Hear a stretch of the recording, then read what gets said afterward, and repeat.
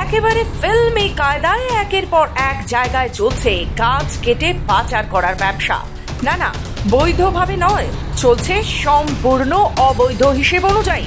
সবটা যেন একেবারে মাপে মাপে কষে করার পরও কোথাও যেন একটা বিপত্তি ঘটে যাচ্ছে। আর তারপরে ধরা পড়ছে এই চোরা চালানকারীরা।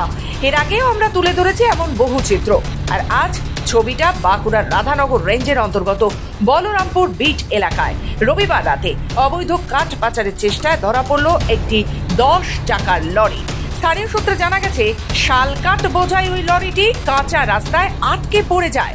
একেবারে পুষ্পা স্টাইলে গাড়িতে তিরপল চাপা দিয়ে জঙ্গলের শাল কাঠ নিয়ে যাওয়ার চেষ্টা চলছিল। একেবারে রাস্তার পাশেই সেই ট্রাকটি উল্টে যাওয়ার পর স্থানীয়রা জিজ্ঞাসা করে যে গাড়ির মধ্যে কি রয়েছে। যেটা স্থানীয়রা জানাচ্ছে যে গাড়িওয়ালা তাদেরকে জানিয়েছে যে সিমেন্ট আছে।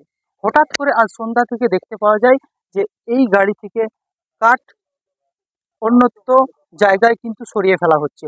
রীতিমতো হাতে নাতে ধরে ফেলে সোনামুখী পঞ্চায়েত সমিতির বনভূমি কর্মাধ্যক্ষ বামাচরণ গড়াই, এবং তিনি খবর দেয় সোনামুখী থানার পুলিশ এবং রাধানগর রেঞ্জ অফিসে। রীতিমতো পুলিশ এবং বন দপ্তর এসে বন দপ্তরের পক্ষ থেকে এই গাড়িটিকে সিজ করা হয়েছে এবং এই গাছগুলিকে কিন্তু বন দপ্তরের হেফাজতে রাখা হচ্ছে। তবে কারা এইভাবে বনজ সম্পদ ক্ষতি করছে বা কারাই বা এই ধরনের কাজ করছে সেই বিষয়ে কিন্তু খতিয়ে দেখছে বন দপ্তর। তবে যেভাবে আমরা দেখলাম, বেলবনি অর্থাৎ বাঁকুড়া উত্তর বন বিভাগের বেলবনি যে বিট রয়েছে, সেই বেলবনি বিট এলাকা থেকেও কিন্তু এভাবে রাতের অন্ধকারে গাছ পাচার করার চেষ্টা হচ্ছিল, যেখানে বন দপ্তর এবং রাজ্য সরকারের পক্ষ থেকে সবুজায়নের লক্ষ্যে বিভিন্ন ধরনের পদক্ষেপ নিচ্ছে। সেই জায়গা থেকে কিন্তু কিছু অসাধু ব্যক্তিরা পরিবেশের ভারসাম্যকে একেবারে নষ্ট করে ফেলছে। যেখানে অক্সিজেনের ঘাটতি দেখা দিচ্ছে, সেই জায়গা থেকে কিন্তু নিমেষেই রাতের অন্ধকারে এই গাছকে কেটে ফেলা হচ্ছে এবং রাতের অন্ধকারে নিয়ে যাওয়ার চেষ্টা চলছে।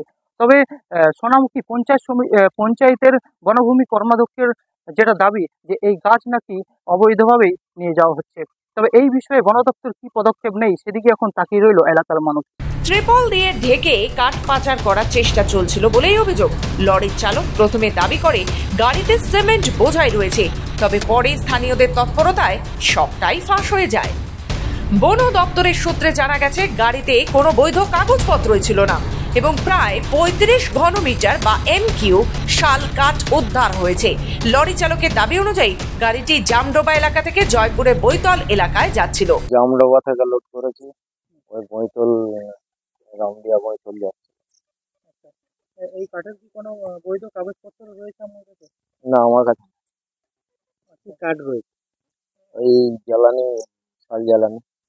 এটা কত টাকা গাড়ি? 10 টাকা। কতটা কাঠ আছে? আর এই 18 টন হবে। ওজন করা নাই, আইডিয়া করা। এই গাড়িটা কখন ফেসেছে? গতকাল সন্ধ্যাবেলা, সন্ধ্যা থেকে ওই 7টার দিকে। ট্রেন তো আসে না রাত্রে, সকালে এসেছিল, সকালে তুলতে পারে না, দিয়ে আবার সন্ধ্যাবেলা এলো। মানে ট্রেনের একটা প্রবলেম ছিল আর কি। তাহলে কাঠগুলো কি অবৈধভাবে নিয়ে যাওয়া হচ্ছিল?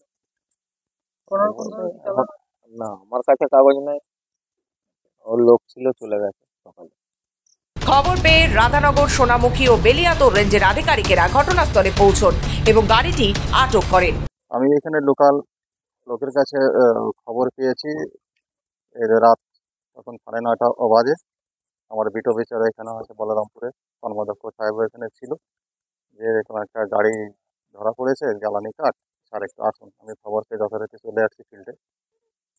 এসে ফার্স্ট ড্রাইভারকে এখানে আমি ধরলাম যে আপনি কাগজপত্র দেখান, তা উনি কোনো টিসি দেখাতে পারেনি। মানে যেটা বৈধ, যেটা সরকারি ডিপো থেকে মহারাষ্ট্র, তো একটা বৈধ কাগজ তো আমাদের থাকে, টিভি ট্রানজিট পাস, যেটা সেটা দেখাতে পারেনি। ব্যাস ওইটাই বলে যে আমার কাছে কোনো কাগজ নেই। তারপরে আমাদের প্রসেসিং চলছে, এটা সিজ করা হয়েছে, পরে আমাদের রাধানগর রেঞ্জে নিয়ে যাব। প্রসেসিং যেটা করা সেটা আমরা নিশ্চয়ই করছি। কত টাকা গাড়ি এটা? এটা 10 টাকা গাড়ি আছে। কতটা পরিমাণ কাঠ আছে? অ্যাকচুয়ালি তো এখন তো ওটাতে মেজারমেন্ট করা হয়নি, আনুমানিক মোটামুটি 30-35, আমরা তো এমকু বলি, 30 থেকে 32 এমকু হতে পারে। আর ওটা শীষ মানে মেজারমেন্ট করার পরে পুরোটাই বোঝা যায় আনুমানিক। এটা শাল কাঠ আছে জ্বালানি। এটা কোথা থেকে কোথা নিয়ে যাওয়া হচ্ছিল? এটা আমি ড্রাইভারের কাছ থেকে এসে জিজ্ঞাসা করলাম, ওরা বলছে লোকাল এখান থেকে প্রথম বলেছে ওই বেলেতর থেকে, তারপরে যাই হোক নিয়ারেস্ট ওখানে জামডোবা বলছে, জামডোবার ওইখান থেকে আমরা নিয়ে বৈতাল না কি নাম আছে এখানে, ওই জয়পুরের ওইদিকে আমরা খুব সম্ভবত ওই দিকে নিয়ে যাই। এলাকাবাসীদের অভিযোগ, এই পাচারের পেছনে একটি সুসংগঠিত চক্র কাজ করছে। তারা দোষীদের কঠোর শাস্তির দাবি জানিয়েছে। বন দপ্তর ঘটনার তদন্ত শুরু করেছে। কাঠ পাচারকারীদের বিরুদ্ধে কড়া ব্যবস্থা নেওয়ার আশ্বাস দিয়েছে বন দপ্তর। ঘটনাটা এই লরিটা রাস্তার ধারে ফেসে গেছে, তিরপল ঢাকা ছিল, শাল কাঠ ছিল, সারাদিন তিরপল ঢাকা ছিল, গাড়িটা ফেসে গেছে। এখানে ড্রাইভার স্থানীয় মানুষজন প্রশ্ন করাতে তাদেরকে বলা হয়েছিল যে এখানে গাড়িতে সিমেন্ট আছে। মানুষের অত সন্দেহ হয়নি।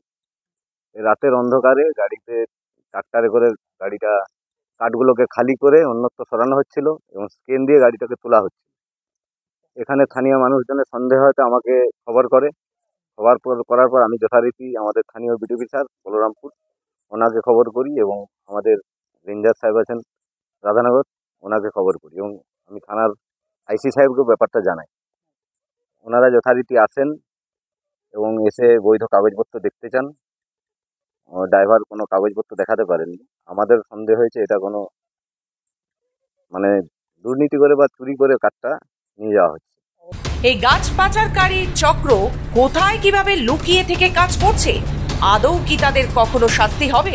এই সমস্ত প্রশ্নের উত্তরের দিকেই তাকিয়ে সাধারণ মানুষ। বাঁকুড়া থেকে অনিকেত বাউরি, খবর বাংলা।